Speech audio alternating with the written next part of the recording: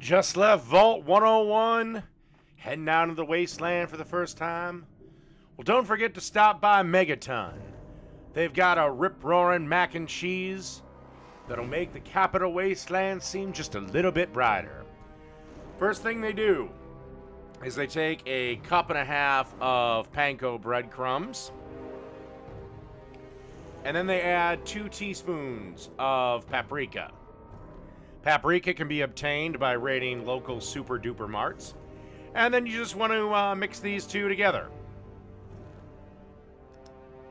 Then you want to melt 6 tablespoons of Brahmin butter. Okay, and once the butter is melted, add 6 tablespoons of flour and whisk vigorously to form a roux.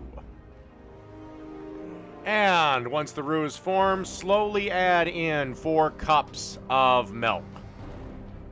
Milk can be obtained either through a Brahmin or molesting a mole rat. After about 3 minutes of stirring, time to add 6 cups of cheddar cheese. It's amazing that 200 years after the Great War, we still have cheddar cheese. Guess the government was good for something. And now it's time to add the rest of our spices, which is a teaspoon of garlic powder, 2 tablespoons of ground mustard, 2 teaspoons of pepper, and a teaspoon of salt.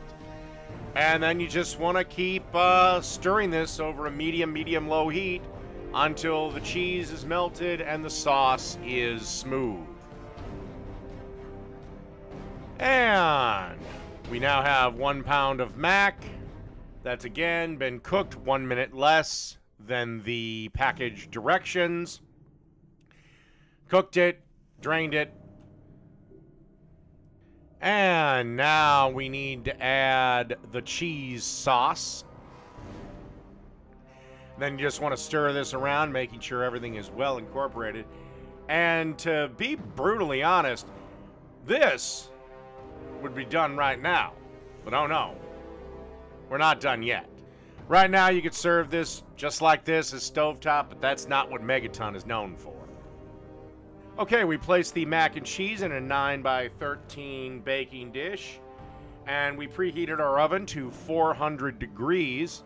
And now we're just topping it with that seasoned panko mix we made. And then you're going to want to pop this into the oven for 25 minutes. All right, 25 minutes has gone by. You should be looking at something a little bit like this. And now you want to let it rest for about 10 minutes or so. It'll be way too hot if we were to carve into it now. And then just plate it up, and that's it. So, if your travels in the wasteland happen to bring you by Megaton, make sure you go on in and have yourself a plate of Megaton Mac and Cheese. Oh, and it's done.